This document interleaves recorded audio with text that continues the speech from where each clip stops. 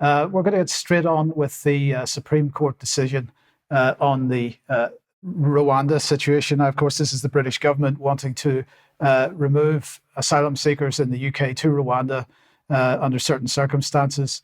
This has been through a long, drawn-out court case over the last couple of years, and the Supreme Court this morning unanimously dismisses the Home Secretary's appeal and upholds the Court of Appeal's conclusion that the Rwanda policy is unlawful.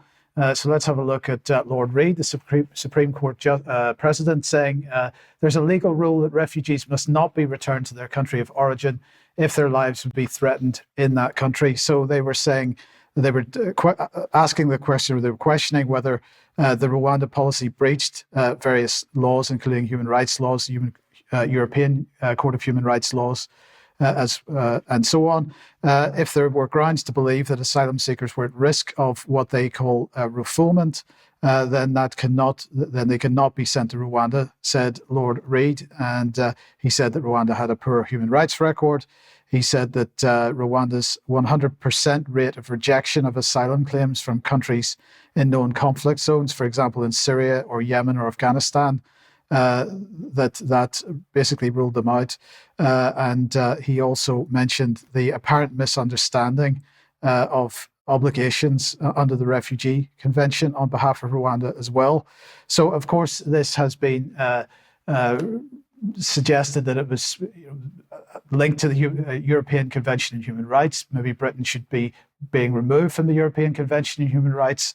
And at least one Minister of State has said that Rishi Sunak is considering quitting the ECHR if this decision went against him, which it has.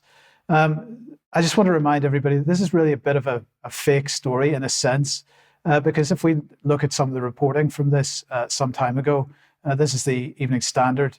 Rwanda says it can only bring 200 migrants from UK under a controversial deportation scheme. So really on this, in the greater scheme of things, this deportation scheme to Rwanda was not going to have any significant impact on the asylum situation in the UK in any case.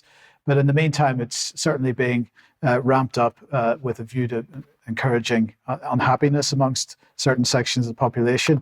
Rishi Sunak, what did he have to say? He said, this was not the outcome that we wanted, but we have spent the last few months planning for all eventualities, and we remain completely committed to stopping the boats. Crucially, the Supreme Court, like the Court of Appeal and the High Court before it, has confirmed that the principle of sending illegal migrants to a safe third country for processing is lawful. This confirms the government's clear view from the outset. Illegal migration destroys lives and costs British taxpayers millions of pounds a year. We need to end it, and we'll do whatever it takes to do so. So that was what he was saying this morning. But we shouldn't forget that where the model for this deportation of asylum seekers came from, and that is Israel. So this was the Middle East Eye in 2022 in April. And let's just bring a little bit of text up on screen. When Israel began deporting asylum seekers to Rwanda 8 years ago, it did so in secret. Johnson's government has copied that scheme, but done so brazenly to show that post-Brexit Britain is the most hostile corner of Europe to refugees.